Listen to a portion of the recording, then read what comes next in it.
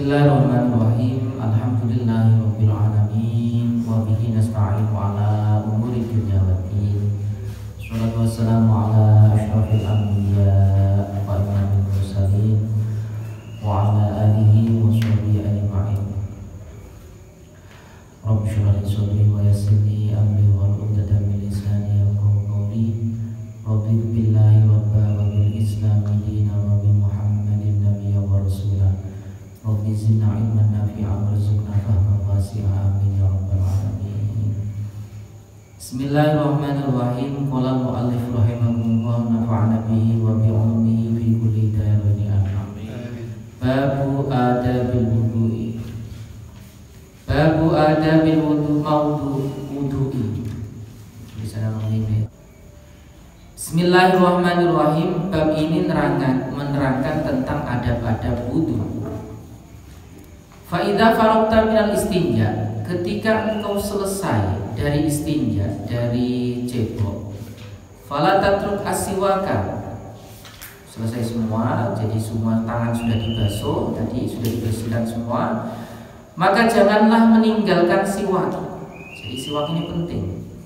Ketika sudah istinja, sudah cebok, mau wudu, maka terlebih dahulu siwakan dulu. Fanhu bisiwaki as-sunnata. Niatlah siwakan itu karena kesunahan. Kesunahan itu bisa karena tadhirul fami, untuk kesunahan yang mensucikan mulut, li qiraatil Quran, untuk membaca Al-Quran, wa dzikrillah, untuk berzikir kepada Allah fi sholati, dalam sholat. Jadi niat kita bersiwakan itu sunnah, seperti untuk membaca Al-Quran, mensucikan mulut untuk membaca Al-Quran, untuk berzikir kepada Allah di dalam sholat maupun di luar sholat. Begitu juga ketika kama tanwi bil jima'i husulan nasli, seperti kita mau niat siwakan itu, mau niat untuk mengumpuli istri kita supaya mendapatkan keturunan. Maksudnya gini, podo-podo niat sing siji nek siwakan itu tujuannya adalah membersihkan mulut, sunnah membersihkan mulut. Kalau mau ngumpuli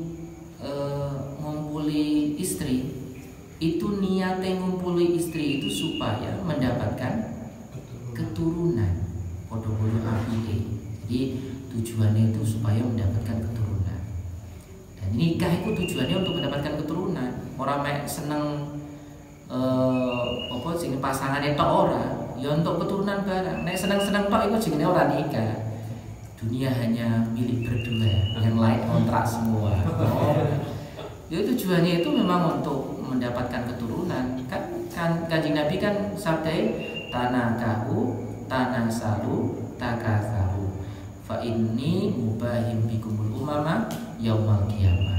Nikah duwe anak sing akeh-akehan duwe anak, karena besok iku tak bangga-banggokno nek ngarepe umat-umat sedurunge nek dina kiamat. Ngono.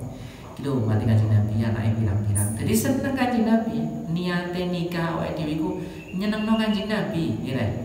Karena Kanjeng Nabi niku seneng nek umate niku duwe anak pirang-pirang begitu. Jadi seneng. Ini sing di anak siji tambah neh sing akeh. Sing akeh tanah kau tanah salu do mana biasane kan gitu. Kon mana neh ngono. Jadi perintahe ngono. Aja siji wis ah kangelan ngono. Nek siji kok angel, yo tambah neh, ngono lho. Kok duwe bojo nek siji tok kok angel metune wis siji tok, yo tambah neh ben metu akeh.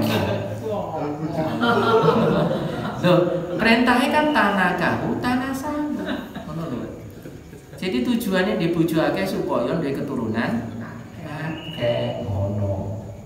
Tapi nek bojone siji keturunan akeh berarti wis cukup, ngono. Jadi nek siji berarti kudune njupuk bojone ben duwe anak neh ngono.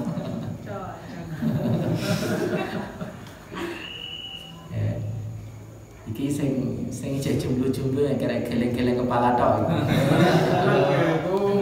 Mesa.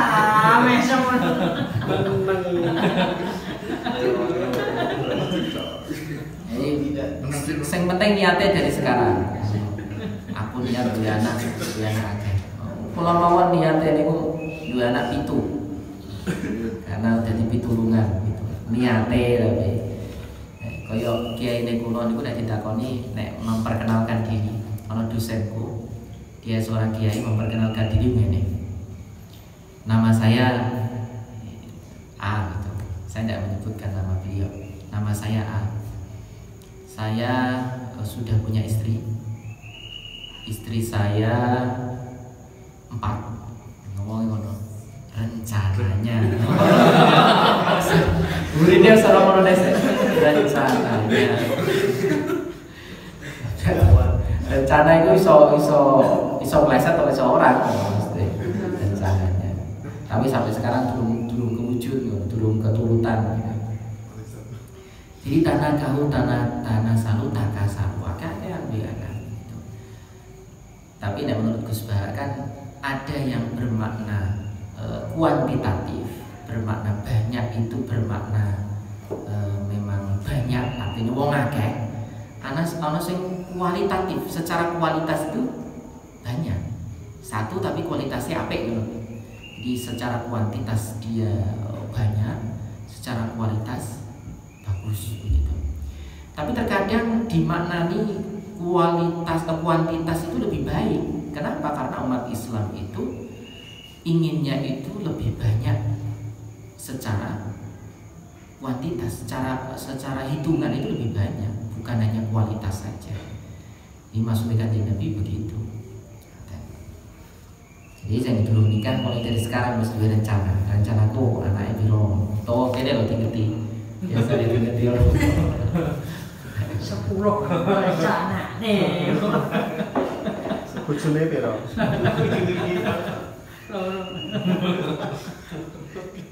Fa innahu aswak mutahhiratun lil fami. Nah, maka janganlah meninggalkan siwak karena siwak itu mutahhiratun lil fami. Karena siwak itu bisa mensucikan, membersihkan mulut kita. Kenapa? Karena siwak itu membersihkan, alat untuk membersihkan tanzifuhu minar raihatil karihah. Sebenarnya siwak itu secara bahasa, secara harfiah itu adalah alat untuk membersihkan mulut. Itu siwak. Yang paling utama memang kayu arok. Itu paling utama. Tapi apakah harus kayu arok? Menurut saya tidak.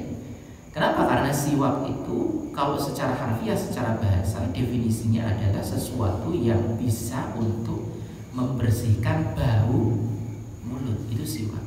Dengan apa saja, bahkan dengan jari, dengan kain itu cukup untuk membersihkan bau mulut. Atau mungkin dengan tisu, atau mungkin dengan yang penting bisa membersihkan bau mulut. Itu kalau secara harfiah diartikan begitu. Tapi saya lebih setuju ketika siwak itu bukan hanya kayu arok gitu.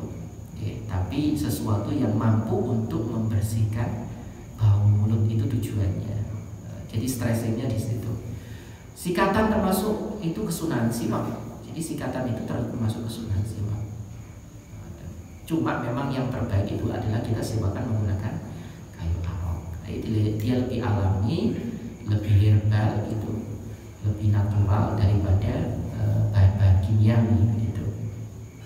Apalagi menghindar dari deterjen ya. Deterjen itu yang muntuk itu kan deterjen. Deterjen itu sebenarnya tidak baik untuk tulang, untuk semacam tulang atau gigi sebenarnya deterjen itu. Karena semakin lama itu semakin membuat keropos gitu. Kalau sampai nyuci santri nyuci di pom banyu pirang-pirang tahun diangkat terus berodol kan sebenarnya kan deterjen itu bisa menghancurkan benda gitu. Resik sampai orang itu. Jadi sebaiknya memang kayu arok, tapi pada dasarnya secara harfiah diartikan alat untuk membersihkan bau mulut gitu. Wa mardatun lirabbi wa muskhatatun lisyayatin, atau atau oleh syaitan. Siwak itu mendapatkan ridho Allah. Jadi siwak itu karena memang siwak itu dianjurkan oleh Kanjeng Nabi dan mendapatkan ridho Allah. Kenapa? Karena dengan adanya bau mulut yang hilang, itu secara sosial, secara interaksi sosial itu kita bisa nyaman. Orang membuat orang nyaman, membuat orang tidak tersakiti, walaupun hanya dengan bau mulut. Makanya itu diridhoi Allah, mendapatkan ridho Allah. Nek awake dhewe kumpul karo wong sing ora tau sikatan, ora tau siwakan, itu kan bau mulutnya gembulen kan begitu. Itu setidaknya orang tersebut memang tidak ngomong gitu loh, tapi itu menyakiti hati. Akhirnya apa? Gremeng. Gremeng itu yang menimbulkan, bisa jadi gremengane iku wong sing digremi itu dosa, maupun yang gremeng itu juga dapat dosa gara-gara orang itu. Jadi untuk dosa dene dhewe dan dosane wong sing gremengi goro-goro dene, wong liya iso gremengi bau mulute orang tersebut gitu. Karena itu diridhoi Allah. Jadi sikatan. Ya. Jadi pada wise sikatan gitu. Tapi memang secara praktis cukup menggunakan kayu arok. Itu lebih praktis. Nek sikatan menggunakan odol dan sebagainya itu ngentekno biaya gitu ya. Akhirnya keropos malah karena ada deterjen di situ. Dan sangat tidak disukai oleh setan. Jadi wong sing ora tau sikatan itu balane setan, karena seneng setane iku. Biasanya wong-wong sing dekat dengan setan itu, dukun-dukun sing cerak karo setan itu ora tau sikatan, memang sengaja gitu. Ben setan itu moro gitu. Kan balane. Nah, sholatun bi siwakin afdalu min sab'ina sholatan bila siwakin. Sholat dengan satu sholatan dengan siwak itu lebih utama daripada 70 sholatan dengan tanpa siwak. Atau rakaatani bi siwakin afdalu min sab'ina rakaatan bila siwakin. Ada riwayat yang lain mengatakan 2 rakaat dengan siwak itu lebih utama daripada 70 rakaat tanpa dengan siwak. Ada riwayat lain, rakaatun bi siwakin ta'dilu sab'ina rakaatan bila rakaatan walayatul sab'ina rakaatan. 1 rakaat dengan siwak itu membandingi 70 rakaat dengan tanpa siwak. Tapi ini kemudian bukan berarti bahwa keutamaan fadlus siwak ala fadlil jamaah itu kemudian mengganti, bukan berarti kemudian apabila kita siwakan 70 kemudian kita jamaah 70 itu dimenangkan oleh 70, tidak. Jadi jamaah itu 17 pahalane, sedangkan siwakan 70, bar siwakan plus jamaah yang dimenangkan itu adalah siwakan. Bukan begitu. Tapi yang terjadi adalah bisa jadi dikalikan atau bisa jadi ditambah. Kalau dikalikan itu berarti 70 dikali 27, siwakan itu seperti 70 rakaat. 1 rakaat seperti 70 rakaat, kemudian dikalikan jamaah menjadi 27 rakaat. Itu sudah banyak. Ataupun ditambah gitu. Itu luar biasa, pahalanya itu luar biasa. Jadi Islam itu sangat indah, sangat rapi, sangat bersih. Hanya saja terkadang ini kenapa ya santri ini kok iso rodok kumel gitu. Tapi tidak semua sih, tidak semua. Nek kene sih ora ono sing ora ngono. Ora ono sing ora. Sing resikan gitu. Oh, ada bugreken nopo gitu. Kayak itu tidak menerapkan prinsip Islam, nilai-nilai Islam gitu. Islam itu bersih kok, siwakan, kumpul sama orang itu menyenangkan, wangi, senang, orang itu nyaman kumpul begitu. Jadi enak, Islam itu nyaman, Islam itu indah, Islam itu dilihatnya nih prinsip-prinsipnya itu bersih gitu. Bahkan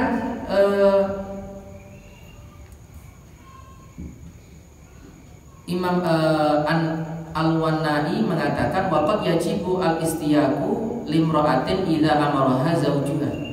Bahkan siwakan itu bisa jadi wajib apabila diperintah oleh suaminya. Misalnya ame honeymoon-an atau ame wik-wikan, itu kemudian memang diperintahkan oleh suaminya untuk siwakan atau sikatan se ben wangi. Ini disensor ya. Tujuannya buat pokoknya supaya siwakan se. Tujuannya itu ketika bertemu itu wangi, kalau usah diceritakan lebih dalam. 17 plus itu. Mana sing nikah oleh ngerti nggak sing durung nikah oleh ngerti. Rahasia. Tapi ilmu seperti itu ilmu laduni. Pada wayahe nikah, iku serti dewi carane gitu. Jadi awal dewi rasa luru piye carane piye cara ora usah. Kok ngerti dewi. Walil mamluki idza amara sayyidu, ataupun seorang budak yang diperintah oleh tuannya itu juga harus perintah wajib gitu. Ataupun orang yang setelah makan seperti bawang di hari Jumat itu, di sini menurut Wanai mengatakan wajib orang yang makan bawang di hari Jumat itu wajib untuk sikatan, wajib untuk siwakan ya. Termasuk bawang itu semisal bawang adalah makanan-makanan yang baunya itu hampir sama tajamnya, seperti pete, jengkol itu. Kalau hari Jumat itu wajib, malahan sangat diwajibkan untuk membersihkan diri. Tapi nek durian itu ana wong sing seneng. Jadi nek durian pamane durian seneng aku. Tapi dimenangno sing ora seneng ya, aja dimenangno sing seneng. Tak ijeno doan ojo. Nah, kenapa? Karena supaya ketika di hari Jumat itu izalatul raihah anis siwaki li ajli sholatil Jumat. Karena tujuannya adalah dihilangkan baunya ketika mau menjelang sholat Jumat gitu.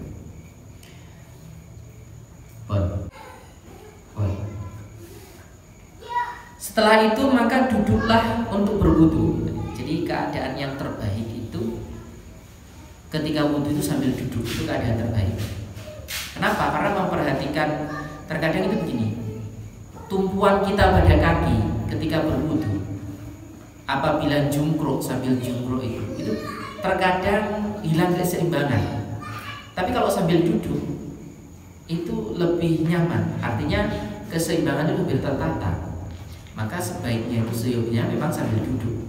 Maka kalau di masjid-masjid seperti di Masjid Nabawi, Masjidil Haram itu, beberapa tempat itu memang didesain untuk wudunya itu sambil duduk.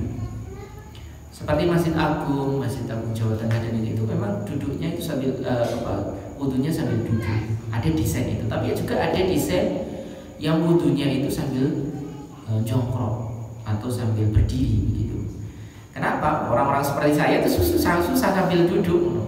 Jadi karena terbiasa, wetenge ganjel karena tidak terbiasa begitu. Tapi kalau apabila sudah terbiasa itu memang sebaiknya sambil duduk apabila sudah terbiasa. Karena itu lebih seimbang, lebih nyaman. Orang-orang dadekno wong sok jungkruk ngoten to nggih. Jadi wudunya itu sambil duduk.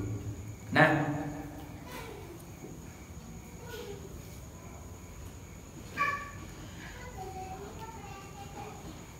sebelum tadi dikatakan bahwa siwakan itu kan berada pada sebelum kita duduk, sebelum kita duduk. Ini menurut kaul Imam Ghazali, Ibnu Shalah, Ibnu Qayyim, Ibnu Hajar, Asy-Syarbani, itu beliau mengatakan memang kaulnya adalah bukan sebelum, seperti Ar-Romli sama Mawardi. Kalau gini, Mawardi sama Imam Romli mengatakan sebaiknya ketika kita siwakan itu sebelum kita duduk, sebelum kita melakukan pembasuhan tangan, itu siwakan dulu. Tapi kalau saya yang sebutkan seperti Imam Ghazali, Ibnu Shalah, dan Ibnu Hajar dan seterusnya itu mengatakan siwakan itu adalah antara kita membasuh tangan dengan berkumpul antara itu. Kenapa? Karena ketika siwakan ini kan membutuhkan tangan yang bersih gitu.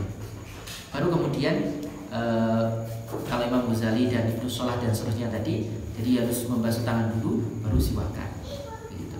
Tujuannya begitu. Tapi sama saja mau sebelum kita duduk membasuh tangan dulu atau setelah itu juga sama. Tidak masalah, yang penting melakukan gitu. Yang salah itu adalah yang tidak melakukan, yang tidak baik. Kemudian wudunya mustaqbilal kiblat, usahakan wudunya itu menghadap kiblat. Kemudian di tempat yang agak tinggi. Kenapa tujuannya? Kalau bikin tempat wudu itu yang agak tinggi, orang yang wudu itu agak tinggi. Kenapa tujuannya itu? Kita supaya tempat duduk loh ya, tempat duduknya agak tinggi supaya tidak terciprat kecipratan banyu-banyu sing netes, yang itu termasuk najis. Bisa jadi karena termasuk najis, membersihkan ini najis iso nyiprat gitu. Ya begitu. Jadi tempat duduknya itu agak tinggi gitu. Tujuannya seperti itu. Nah, dengan demikian juga disunahkan bagi kita ketika wudu itu berarti sarungnya dicincing gitu, kemudian tapi jangan sampai kelihatan auratnya atau celananya dicincing supaya tidak ada rosyas, tidak ada cipratan-cipratan itu tidak mengenai kita. Tujuannya begitu. Kemudian setelah itu berdoa Bismillahirrahmanirrahim, Rabbi a'udzubika min hamazati syayatin wa a'udzubika rabbi ayahdurun. Ya Allah, aku Bismillahirrahmanirrahim, ya Allah, aku mohon perlindungan kepadamu dari waswasnya syaitan, dan aku memohon perlindungan denganmu dari setan yang hadir, yang ada padaku. Nah, terkadang memang orang kalau wudu itu sebelum ini bagus begitu, terutama bagi orang yang was-wasan. Sering kalau kita jumpai teman-teman kita yang di muncul itu terkadang santri ya, ada beberapa itu memang was-wasan. Saya tidak tahu kenapa kok bisa seperti ini. Was-wasan ini bisa jadi karena dia kurang mantap dalam kurang ketetapan hati dalam melakukan wudu, sehingga dia merasa ini belum sah ini. Dan itu perlu dilawan. Itu was-was dari setan. Hamazati syayatin itu harus dilawan. Makanya kadang beberapa teman saya itu kalau wudu itu pirang-pirang, apalagi nawa itu terus rapat. Kadang begitu memang ada yang memang seperti itu gitu. Karena memang kalau di bujur itu sangat hati-hati sekali. Masalah najis sangat hati-hati, masalah wudu sangat hati-hati. Sehingga terkadang kalau orang yang kemantapannya itu berkurang, itu terkadang bisa was-was. Karena kewaswasan itu akibat orang kurang pede dalam menjalani itu. Memang perlu pede, apalagi kalau sering diingatkan. Itu para wong orang patek pede. Iku ijeno, ora pede, nawa itu terus. Wudune ora barbar nawa itu. Itu harus dihilangkan. Iku hamazatu syayatin. Jadi baca doa ini. A'udzubika min hamazati syayatin. Ya Allah, aku minta perlindunganmu dari was-wasnya syaitan. Aku meminta perlindungan darimu dari setan yang hadir di dalamku gitu. Kemudian setelah itu sumaksil yadaka, kemudian basuhlah tanganmu. Jadi ini berbeda ya. Imam Romli kan mengatakan, Imam Mawardi tadi mengatakan bahwa sebelum tangan dibasuh itu sudah siwakan. Kalau Imam Ghazali dan Ibnu Shalah dan teman-temannya, beliau mengatakan setelah tangannya itu dibasuh. Kemudian tangan dibasuh, kedua telapak tangan ini dibasuh sampai ke engkol. Engkol itu ini, engkol ya apa namanya? Keong biasanya. Kawaini, keong. Oh, ugel-ugel. Pergelangan, ugel-ugel. Dibasuh 3 kali, salasan qabla an tadkhula ma'al-inaa, sebelum kita memasukkan ke dalam bejana. Karena wudunya sana itu dalam bejana ya, dalam bejana. Nah, ini mengalami perbedaan pendapat. Bagaimana cara wudu dalam bejana? Ini susah. Kenapa? Karena ketika kita wudhu, ini ada air mustakmal di dalam tangan ini. Kok dimasukkan ke dalam bejana yang airnya itu kurang dari 2 kula? Berarti kan mustakmal ketemu banyu suci, akhirnya banyu suci menjadi mustakmal. Lalu bagaimana? Sebenarnya mustakmal adalah air yang bekas digunakan untuk wudhu, itu mustakmal. Tetesan air, kemudian air yang masih melekat, itu adalah mustakmal. Tapi dengan teori begini, ini bisa kita gunakan untuk mengkilah.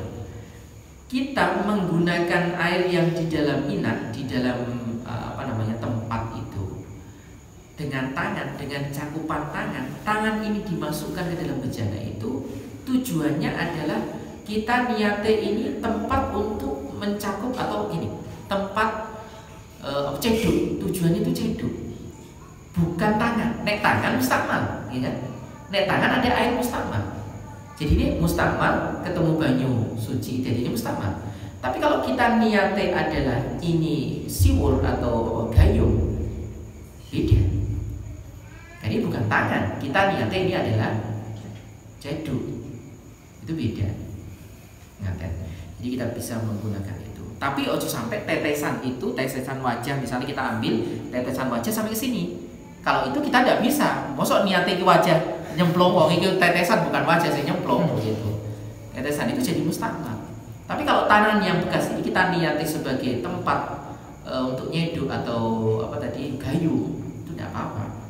Tergantung niat kita.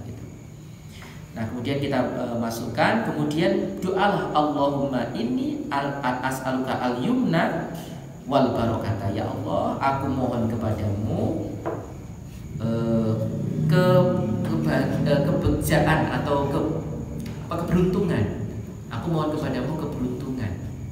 Jadi yumna itu adalah kuwatul al-quwah ala ta'ah, artinya kekuatan untuk bisa taat, itu yumna.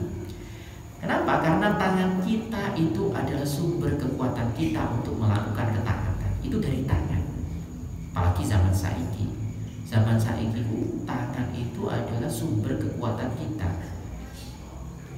Dari tangan orang bisa, tangan ini kan bisa membaca Al-Quran dengan tangan, bisa stalking, mau itu hasanah dengan tangan, bisa itu dengan tangan. Kuatul ibadah itu dengan tangan. Tapi itu arti sederhana loh, arti yang paling mendasar itu kita makan itu dengan tangan, kita bekerja dengan tangan. Itu untuk kuatul ibadah. Yumna itu untuk kuatul ibadah kita melalui tangan. Dan tangan itu adalah ziyadatul khair, tambahnya barokah itu dari tangan. Tambahi kebagusan atau barokah itu juga dari tangan. Tangan iso dadekno cilaka, tangan iso dadekno bejo. Nah, kita berdoa sama Allah, a'udzubika minasyu'i wal halakah. Dari tangan itu kita memohon kepada Allah jangan sampai ada kerusakan dan kejelekan akibat dari tangan kita. Rasani wong gitu. Nganggo tangan rasani wong. Stalking mantan gitu. Kemudian dirasani wong iku tak tambah elek ya Allah. Iku akibat tangan gitu. Itu dari situ. Atau melihat yang tidak baik no TikTok, no Instagram, itu melihat yang tidak baik itu dari tangan. Itu dari kejelekan dari situ, ataupun kerusakan juga dari tangan. Di adu-adu lewati tangan gitu, atau nyinyir sama Pak Jokowi, nyinyir sama Pak Anies gitu. Itu juga dari tangan, mulanya dari tangan. Jadi sekarang itu bukan mulutmu harimaumu, tapi tanganmu harimaumu. Saiki iku. Wah, Pak Jokowi isane lampau, isane angger menghimbau tok misalnya, tangan begitu. Itu dari tangan. Gitu. Anies lampau tahun niku, wah isane Arab balik orang Arab misalnya begitu. Itu juga dari tangan. Jadi seperti itu yang membuat kita kerusakan, kejelekan, kemudian kuatul ibadah itu juga dari tangan penyebab. Nah, dia berdoa, ya Allah jadikanlah tangan kita itu kuatul ibadah, menjadi sumber kekuatan dalam beribadah dan keberkahan dalam beribadah. Ziyadatul khair, tambahnya kebaikan. dan aku mohon berlindung kepadamu dari tangan yang membuat kerusakan dan tangan yang bisa membuat kehancuran. Sumanwi, kemudian niatlah raf'al hadasi, untuk mengangkat hadas, atau istibah hadis sholat, diperbolehkannya sholat. Jadi kita niat li raf'il hadasi atau istibah hadis sholati. Jadi kita niatnya begitu. Nah, tapi niatnya itu harus mulai dari membasuh tangan sampai ke muka. Niatnya di sepanjang itu, memang dipanjangkan. Itu sunnahnya begitu, memanjangkan mulai dari aku niat untuk mengangkat hadas atau memperbolehkan melakukan sholat, itu mulai dari tangan tapi sampai wajah. Oh, cuma tangan tok. Nek tangan tok itu berarti berhenti pada tangan, dan itu tidak sah. Sahnya itu ketika mulai dari pokoknya itu ada pada membasuh muka atau wajah. Kalau dimulai dari tangan itu kemudian tidak diteruskan sampai membasuh muka, itu tidak sah. Gitu. Nah, membasuh sunnahnya, kita sunnah untuk niatnya mengangkat hadas itu dari tangan, itu sunnah. Itu li'anna sunana mutaqaddimatun la tarfa'u al-hadasa li'anna sunana fi kulli ibadin tantariju fi niyatiha. Kenapa? Karena kesunahan dalam setiap ibadah itu masuk dalam niatnya sebagai pengikut, bukan sebagai hal utama. Sunnah yang ada di dalam wudu, kalau kita niati sebagai mengangkat hadas, itu tidak bisa. Itu hanya sifatnya itu mengikuti kewajiban. Jadi ilustrasinya begini. Sampean bangun rumah, itu wis bangun pagar sih. Jadi wis bangun itu sah tak dulu. Belum dikatakan sebagai rumah karena hanya pagar tok, belum sampai rumah. Ketika kita hanya membasuh tangan kemudian niatin apa tok, ya itu tidak sah. Karena hakikat niat itu pada wajah, bukan pada tangan. Jadi yang sunnah adalah kita niat bangun rumah, mulai dari bangun pagar sampai bangun rumah gitu. Jadi nek agar niat awal sunnahan saja itu belum sah gitu. Wala yang bagi anta zuba niyataka qabla ghuslil wajhi. Maka takzuba itu ngilangake. Azba itu jomblo artinya. Azba artinya menyendirikan. Azba itu aja dadi wong azba. Azba iku wong sing jomblo-jomblo. Sing durung payu atau durung payu tapi durung mani aja dadi wong niku. Azba itu namanya. Wong jomblo-jomblo.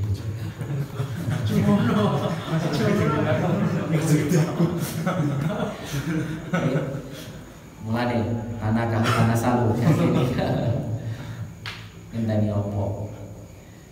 Anta zuban yataka, janganlah niatmu itu sendirian. Artinya niatmu itu ada tapi sebelum qabla ghusl wajhi, sebelum membasuh wajah. Fala yasih maka tidak sah wudu'uka, wudumu tidak sah.